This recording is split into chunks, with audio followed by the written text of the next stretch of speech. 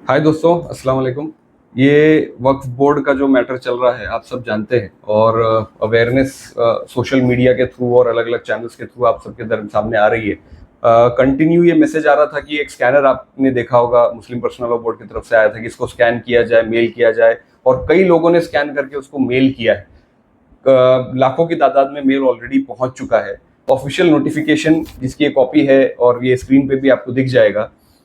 तो उसमें जरा सा आप लोग की तवज्जो चाहिए कि कुछ चीजें ऐसी हैं जो हम लोग मिस कर रहे हैं, जो नहीं कर सकते, बड़ी अहम है।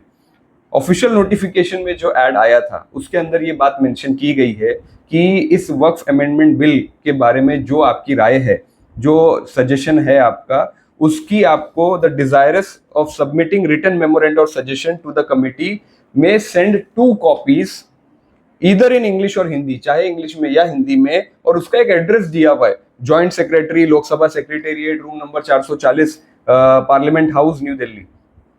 ये एड्रेस के ऊपर 2 कॉपी उन्होंने मांगा है। जो भी आपके मशवरे हैं वो आपको लिखित तौर पे इनको बाई पोस्ट भेजना है, वो भी 2 कॉपी इस एड्रेस में, जो एड्रेस इन्होंने ऑफिशियल नोटिफिकेशन में इशू किया है। नंबर 1 बात तो ये। दूसरी बात यह है कि साथ ही साथ उन्होंने ये बात कहा है कि ये भेजने के बाद में आप इसी चीज को मेल भी कर सकते हैं, और उन्होंने ईमेल आईडी दिया है।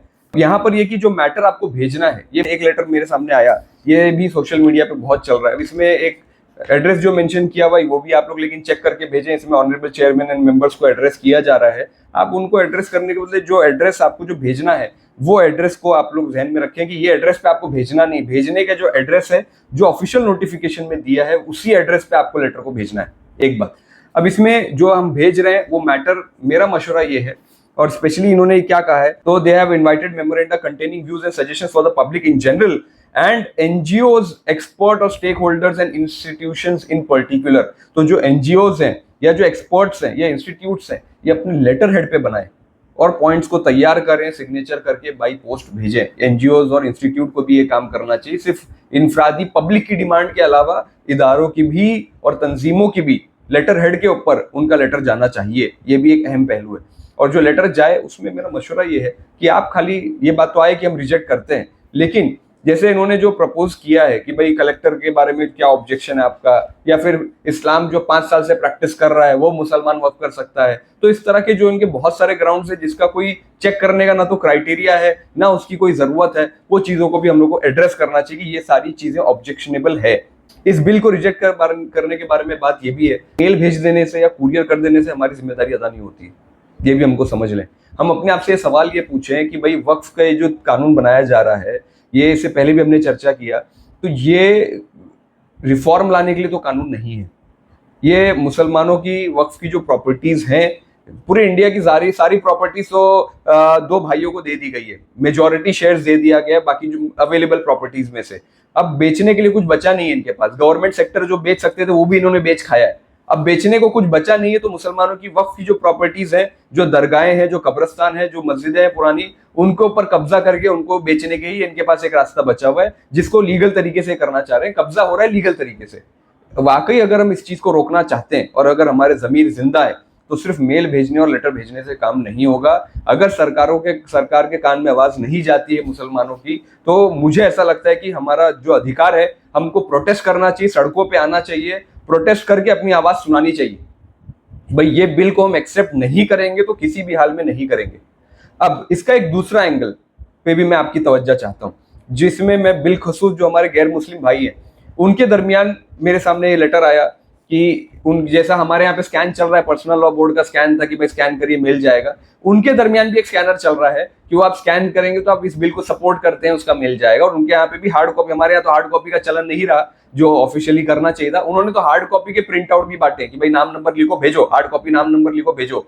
तो ये जो चीज हमको सीखनी भी चाहिए उनसे, अपने भाइयों से, कि भाई हम लोग भी हर मस्जिद के बाहर, मैं तो बोलता हूँ हर मस्जिद के बाहर, स्कूल के बाहर, सोसाइटीज के बाहर, जहां जहां हमारे वसाइल हैं, रिसोर्सेज अवेलेबल हैं, आप लेटर का प्रिंट आउट निकाल के, टू जिसको एड्रेस कर रहे हैं वो निकाल के पूरा हार्ड कॉपी रेडी रखिए। हर आदमी आए मस्जिद में, अपना नाम नंबर लिखे, फॉर्म लिखे, साइन करे और वो लेटर भेज दीजिए आप। हजारों की कॉपी हर मस्जिद के बाहर रेडी रहना चाहिए। जुम्मा से पहले हमारे सारे लेटर चले जाने चाहिए। ये तो हमको करना चाहिए, इनसे सीखना चाहिए हमको। अब जब मैंने इनका लेटर रीड किया जो गैरों में मुहिम चलाई जा रही है, तो मेरी अपने तमाम नॉन मुस्लिम भाइयों से भी अपील है, और मुसलमान भाई जो देख रहे हैं, मैं चाहूंगा कि आप नॉन मुस्लिम भाइयों से बात करें इस मामले पे।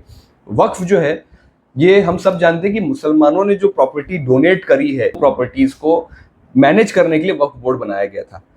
लोगों को, गैर मुस्लिमों में जो ये चल रहा है, हमारे हिंदू भाइयों को जो सिखाया जा रहा है हिंदू वर्सेस मुस्लिम बना दिया जाए, ये हिंदू वर्सेस मुस्लिम है ही नहीं इशू।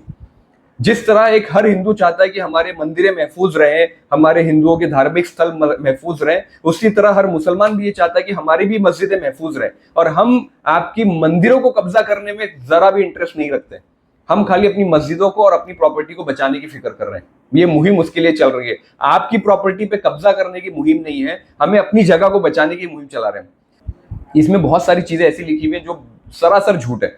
मिसाल के तौर पे यहाँ लिखा हुआ है इसके अंदर की, जो हमारे हिंदू भाइयों में जो मैसेज चलाया जा रहा है कि भाई Waqf tribunal as per section 83 of the act is governed by sharia law, और इसमें कोई नॉन मुस्लिम को फोर्स कर सकते हैं, ये कर सकते हैं, इस तरह की बेबुनियाद बातें लिखी हुई है। सेक्शन 83 जब आप उठा के देखेंगे वक्फ बोर्ड एक्ट का, उसके अंदर साफ मेंशन किया the state government has the power to convene the tribunal, और उसके अंदर सेक्शन, उसका क्लॉज जो 3 है उसमें भी मेंशन किया गया एंड में कि अंडर द सिविल प्रोसीजर।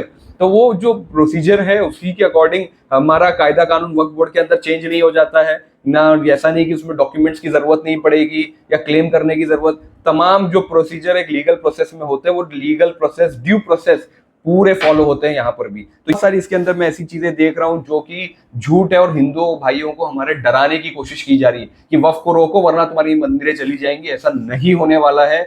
ये सिर्फ मुद्दे को डाइल्यूट किया जा रहा है और गुमराह किया जा रहा है। ये जो अफवाहें उड़ाए जा रहे हैं इसके ऊपर ध्यान ना दें।